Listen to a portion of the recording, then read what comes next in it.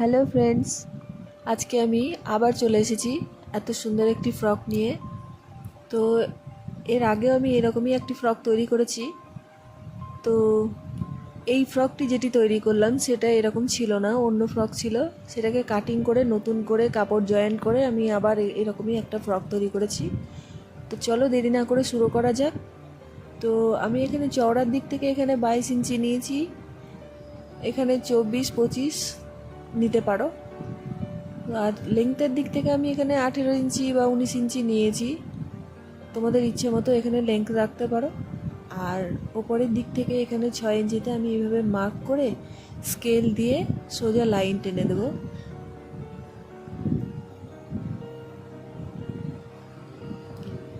এইভাবে সোজা লাইন টেনে দেবো।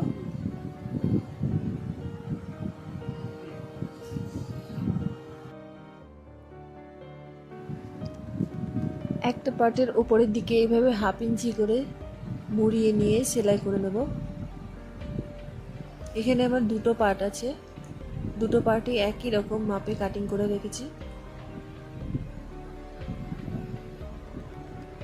তো এইভাবে সেলাই করে নেব।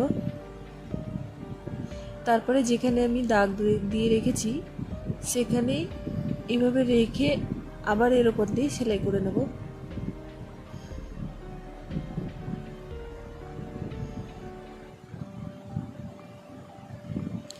এইভাবে দাগ বরাবর সেলাই করে নেব।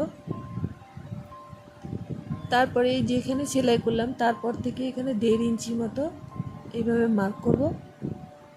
মার্ক করে এখানেও লম্বা লাইন টেনে দিয়ে সেলাই করে নেব।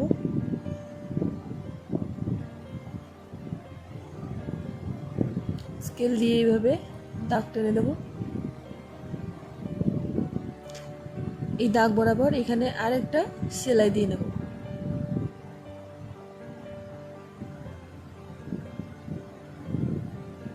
এরপরে ইলাস্টিক নিয়েছি। তো ইলাস্টিক নিয়েছি এখানে আমি 9.5 ইঞ্চি। এরপরে একটা সেফটি পিনের সাহায্যে এটাকে ভেতরের দিকে পুশ করে দেব।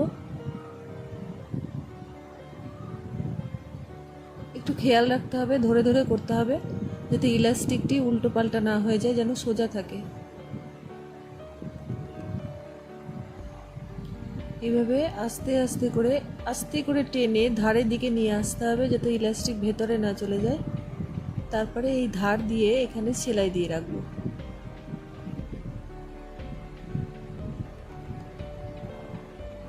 এইভাবে ধারের দিকে সেলাই করে রাখবো।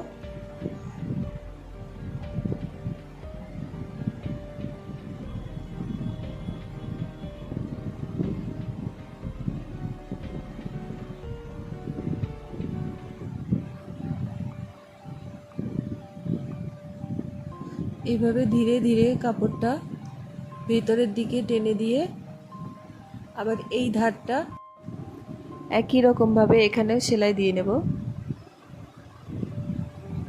তো এইভাবে আস্তে আস্তে টেনে বার করে নেব। এখানে ইলাস্টিকটা পেঁচিয়ে গেছে, এটা সোজা করে নিই। এরপরে সেফটি পিনটা খুলে নেব।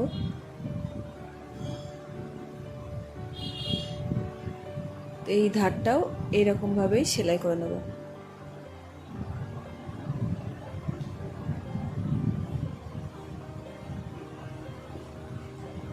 এখানে সেলাই করে নিলাম।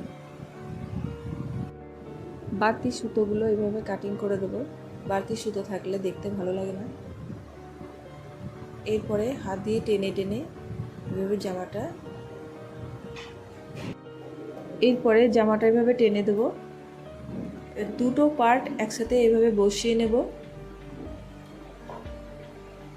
এরপরে মিডল পয়েন্ট বের করে নিয়েছি। এবার মিডল পয়েন্টের এখানে 2.5 ইঞ্চি করে মিডল পয়েন্টের উপর থেকে এইভাবে 2.5 ইঞ্চি করে দুই দিকে দাগ দিয়ে নেব।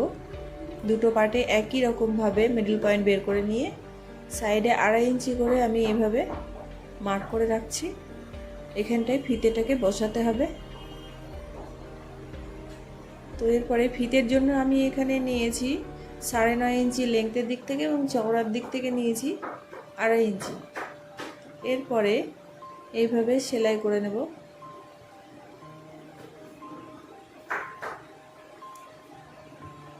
এইভাবে ফিতেটিকে সেলাই করে নেব।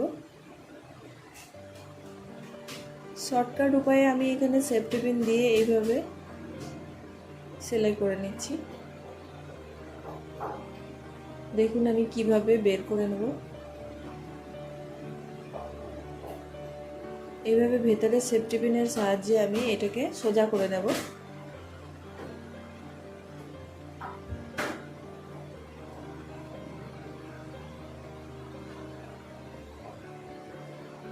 এরপরে এটাকে আমি দুটো ফিতে একই রকম ভাবে তৈরি করে নিয়েছি।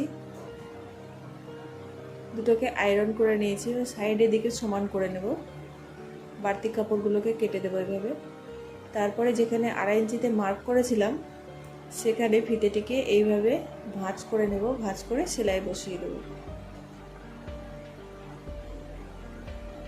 সুতোগুলো কাটিং করে দেব। বাড়তি সুতোগুলোকে এভাবে কাটিং করে নেব। এরপরে এই দিক থেকেও একই রকমভাবে ফিতেটিকে ভাঁজ করে এখানে সেলাই করে নেব।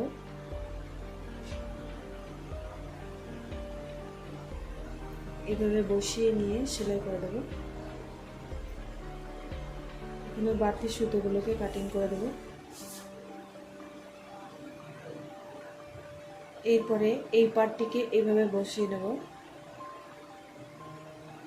এই পার্টটিকেও একই রকমভাবে যেখানে মার্ক করেছিলাম 2.5 ইঞ্চি ওখানে এইভাবে ভাঁজ করে নিয়ে ফিতেটিকে বসিয়ে দেব, দিয়ে সেলাই করে দেব।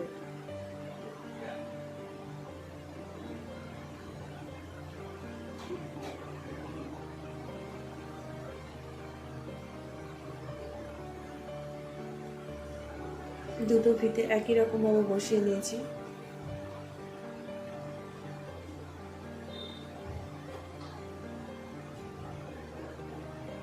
একটু ফিনিশিং এর সাথে কাজ করলে দেখতে সুন্দর লাগে।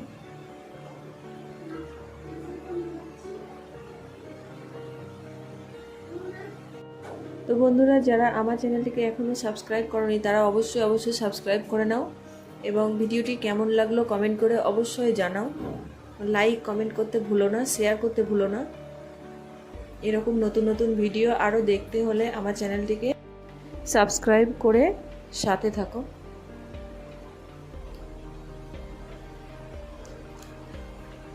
এরপরে দুটো পার্টের ফিতে এভাবে সেলাই করে নিয়ে জয়েন করে দিয়েছি। এরপর এইভাবে ধরে নিয়ে সাইডের দিক থেকে সেলাই করে দেবো।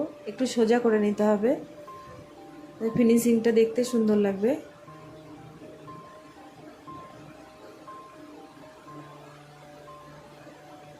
এইভাবে বসিয়ে নিয়ে সেলাই করে নেব।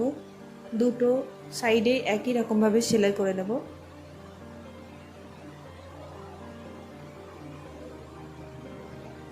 বন্ধুরা অবশ্যই জানাও ভিডিওটি কেমন লাগলো। তোমরা এরকম লাইক শেয়ার কমেন্ট করলে অনেকটা খুশি হয়, অনেকটা আনন্দ হয়, নতুন কিছু করার ইচ্ছে থাকে।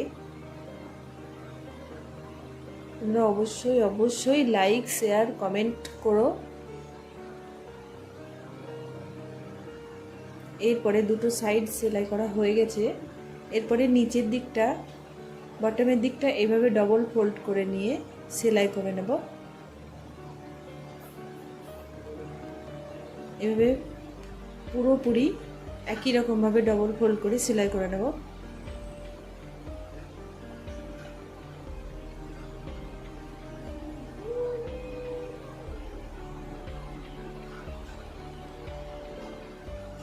এভাবে পুরোপুরি সেলাই করে নেব।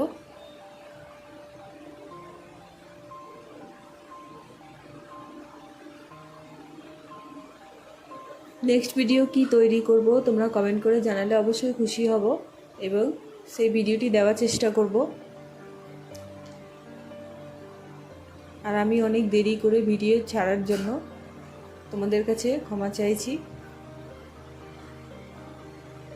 তো আজকের মতো এইটুকুই। নেক্সট দিন আবার অন্য ভিডিওর সাথে দেখা হচ্ছে।